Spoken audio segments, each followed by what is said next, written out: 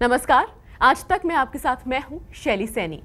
क्या आप जानते हैं मौनी अमावस्या पर इस बार महासंयोग हो रहा है। गुरुवार का दिन है और गुरु का दिनांक भी है। अब इस महासंयोग का महालाभ आप कैसे उठा सकते हैं, ये बताने के लिए हमारे साथ स्टूडियो में मौजूद हैं राजकुमार शास्त्री जी। बहुत बहुत स्वागत है आपका। आपसे हम बातचीत करेंगे, एक एक करके सभी राशियों के बारे में भी जानेंगे, लेकिन सबसे पहले इस महासंयोग के बारे में दिखाएंगे हमारे सभी दर्शकों को।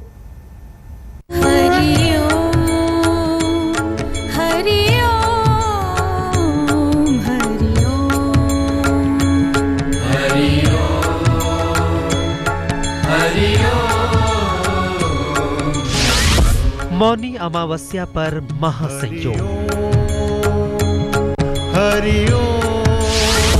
178 साल बाद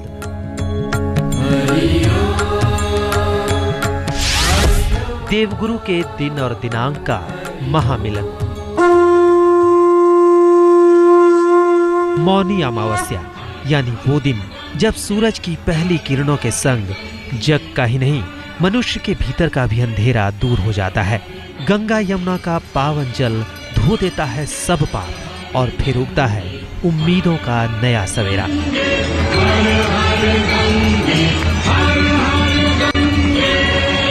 मौनी अमावस्या कहते हैं इस दिन मनु ऋषि का जन्म हुआ था और मनु शब्द से ही मौनी की उत्पत्ति हुई है। इसीलिए इस अमावस्या को मौनी अमावस्या कहते हैं। इस व्रत पर मौन धारण का विशेष महत्व माना जाता है।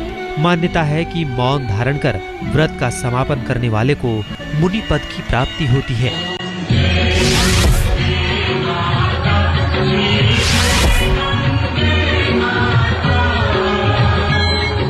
अमावस्या के दिन ही मकर राशि में सूर्य और चंद्रमा का योग बनता है और यही वजह है कि अमावस्या का महत्व कई गुना अधिक बढ़ जाता है, जिसके कारण इस पवित्र दिन नदियों व तीर्थ स्थलों में स्नान करने से पुण्य फलों की प्राप्ति होती है। लेकिन 178 साल बाद इस बार ग्रहों का कुछ ऐसा संयोग बन रहा है जो सोने से चमका सकता है आपकी किस्मत। एक तरफ मौनी अमावस्या की सुबह सूर्य के नक्षत्र उत्तराषाढ़ के साये में होगी, तो वही दूसरी ओर गुरुवार देवगुरु बृहस्पति का दिन और 30 तारीख जिसका पूर्णांक 3 है, गुरु का प्रिय अंक है। ऐसे में देवगुरु के दिन और दिनांक का महामिलन बेहद फलदायी साबित होगा। सूर्य के नक्षत्र में पड़ने के कारण जातक के आत्मबल में बढ़ोतरी और आध्यात्म के क्षेत्र में भारी सफलता का योग भी बन रहा है। इसके अलावा मां सरस्वती से जुड़ा ग्रह शुक्र धनु राशि में मौजूद है। गुरु की राशि में होने के साथ ही शुक्र व धन से जुड़े ग्रह बुध पर गुरु की पूर्ण दृष्टि भी पड़ेगी। आम भाषा में कहें तो गुरु की ये चाल शिक्षा, धन व आर्थिक क्षेत्रों में जातक को अपार सफलता दिलाने वाली साबित होगी। चलिए अब एक एक करके राशियों की बात करते हैं। शास्त्री जी, सबसे पहले आपसे जानना चाहेंगे मेष राशि के बारे में। मेष राशि की जहां हम बात करते हैं, मेष राशि का स्वामी मंगल है और इसके लिए है कि किसी पवित्र नदी या जल में गुलाब के पुष्प मिला करके स्नान करें। सुबह 7:30 बजे से पहले स्नान करें। लाल वस्त्र धारण कर भगवान श्री हरि नारायण विष्णु का पूजन करें। ओम नमो नारायणाय इस मंत्र की एक माला का जाप करें। पीली मिठाई का प्रसाद भगवान श्री हरि नारायण को प्रसाद के रूप में चढ़ा करके और भक्तों में बांटें। सूर्यास्त के बाद बच्चों को गेहूं, गुड़, दूध का दान करें। अगर मेष राशि के लोग यह काम करते हैं तो निश्चित रूप से उनके लिए बहुत अनुकूल लाभकारी रहेगा और वो बहुत जो है इसका लाभ प्राप्त करेंगे। और वृष राशि वाले क्या करें? जहाँ हम वृष राशि की बात करते हैं, वृष राशि का स्वामी शुक्र है। किसी पवित्र नदी या जल में दूध मिला करके स्नान करें। सुबह 7:44 तक का समय है, इससे पहले स्नान कर लें और सफ़ेद वस्त्रों को धारण करके दूध से भगवान शंकर का, भगवान शिव का रुद्राभिषेक करें। रुद्राक्ष की माला में भगवान शिव का पंचाक्षरी मंत्र ओम नमः शिवाय, इस मंत्र की 5 माला का जाप करें। घी की एक बत्ती, एक ही बत्ती केवल घी की लगानी है और एक ही दीपक जला करके भगवान शंकर की आरती करें। दही, घी, कपूर, सरसों, अलसी, तिल का तेल किसी भी धार्मिक स्थल पर दान कर दें। लेकिन एक बात को ध्यान रखें, नया जूता या चप्पल ना खरीदें। घर में मनी प्लांट का पौधा लगाएं अगर आप ऐसा करते हैं तो इससे आपको अगर उच्च रक्तचाप है, बीमारी से छुटकारा मिलेगा, नशे की अगर लत है उससे भी छुटकारा मिलेगा और आपको पैतृक संपत्ति का लाभ भी प्राप्त होगा। चलिए, लाभ की बात हो रही है, मिथुन राशि वाले भी जानना चाहेंगे वो कैसे लाभ प्राप्त करें। जहां मिथुन राशि की बात करते हैं, मिथुन राशि का स्वामी बुध को बतलाया गया है, बहुत कुशाग्र बुद्धि का ग्रह है। किसी पवित्र नदी या जल में दूर्वा मिला करके और स्नान करें। इस बात को ध्यान रखें, स्नान का समय प्रातःकाल 5:39 तक का है, इससे पहले कभी भी स्नान कर सकते हैं। हरे रंग का वस्त्र धारण करके भगवान श्री गणपति गणेश भगवान का पूजन करना है। गणेश भगवान का सबसे बढ़िया पाठ है गणेश अथर्व शीर्ष। गणेश अथर्व शीर्ष का पाठ करें। मूंग के लड्डू का भोग लगा करके भगवान श्री गणपति के भक्तों में बांटे। लेकिन एक बात को ध्यान रखें, घर में मछलियों को कैद करके ना रखें। चावल और हरे मूंग को दूध से धो करके किसी वृद्ध ब्राह्मण को दान करें। यात्रा सफल होगी, नए मित्र जो आपके होंगे लाभकारी होंगे। अगर आपके नाना का स्वास्थ्य खराब है तो इस पूजा से उनको बहुत बड़ा लाभ प्राप्त होगा, उनका स्वास्थ्य में सुधार आ जाएगा।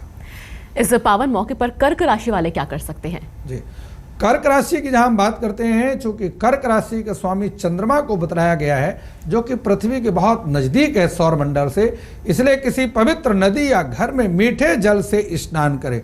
दोपहर 11:30 बजे से लेकर के 12:15 बजे तक ये अभिजित मुहूर्त होता है, इसमें स्नान करें और संभव हो सके तो अमावस्या का व्रत अवश्य करें।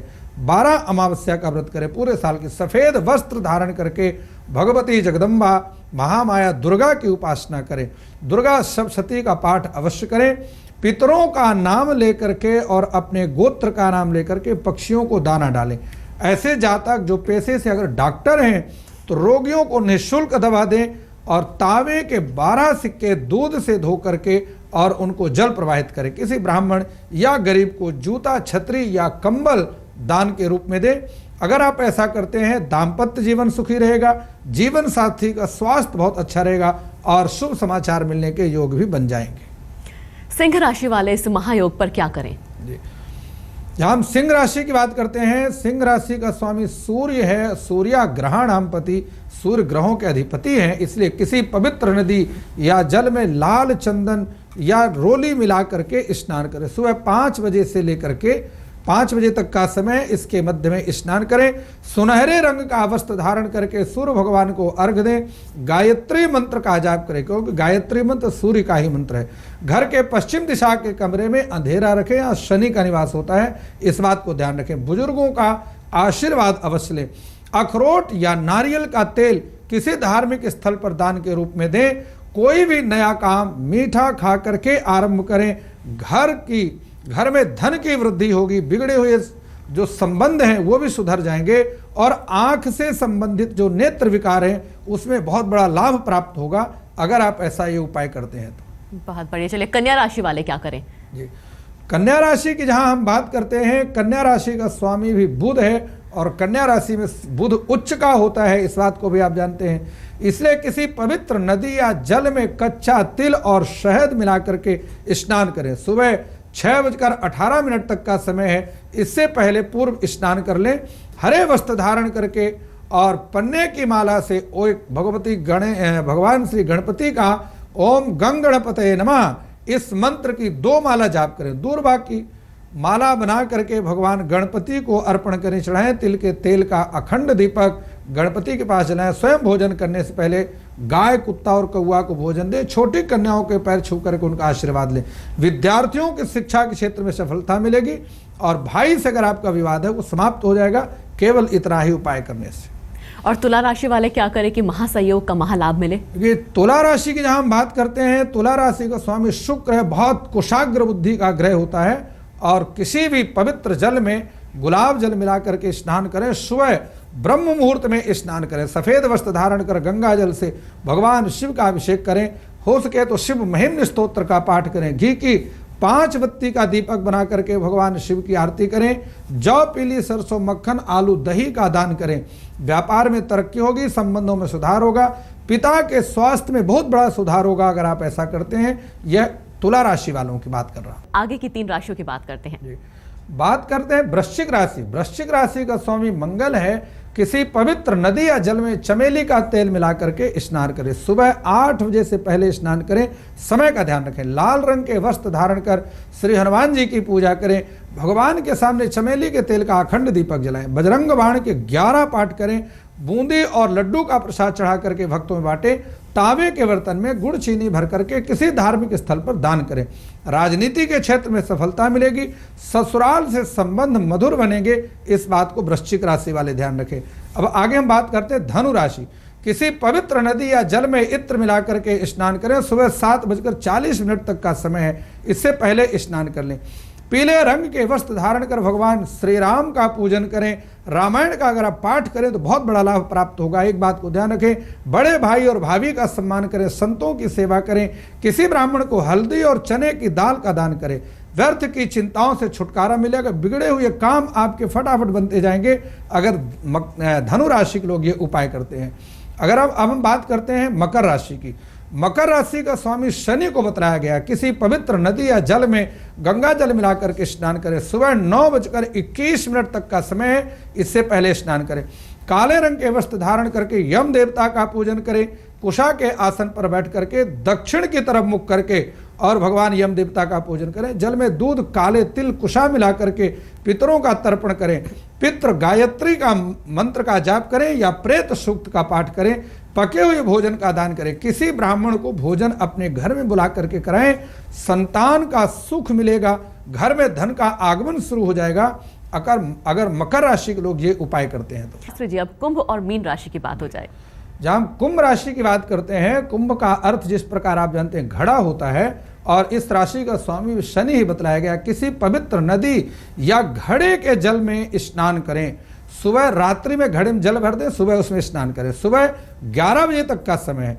नीले रंग का वस्त्र धारण कर भगवान शिव और पार्वती का पूजन करें। शिव चालीसा के 5 बार पाठ करें। भैंसे, कौवा या किसी गरीब मजदूर को भोजन कराएं। बांसुरी में शक्कर भर करके किसी सुनसान जगह पर जमीन में दबा दें।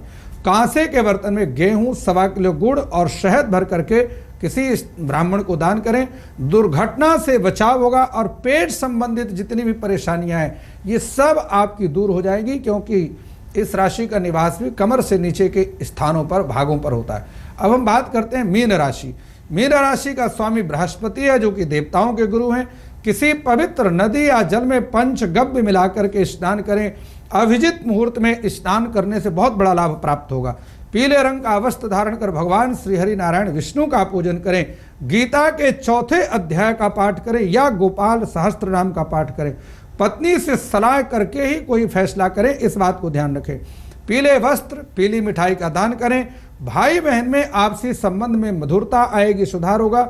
और कन्या, अगर आपकी कन्या विवाह नहीं हो रहा तो उसके बहुत जल्दी संयोग शुरू हो जाएंगे और बहुत शीघ्र ही आपको कन्यादान करने का अवसर भी प्राप्त होगा। चलिए, बहुत बहुत शुक्रिया तमाम जानकारी के लिए। राजकुमार शास्त्री जी ने हमें ये जानकारी दी और यही हमारी दुआ है कि आप भी इस महासंयोग में महालाभ प्राप्त करें। इस खास पेशकश में फिलहाल बस इतना ही, लेकिन तमाम खबरों के लिए आप देखते रहिए आज तक।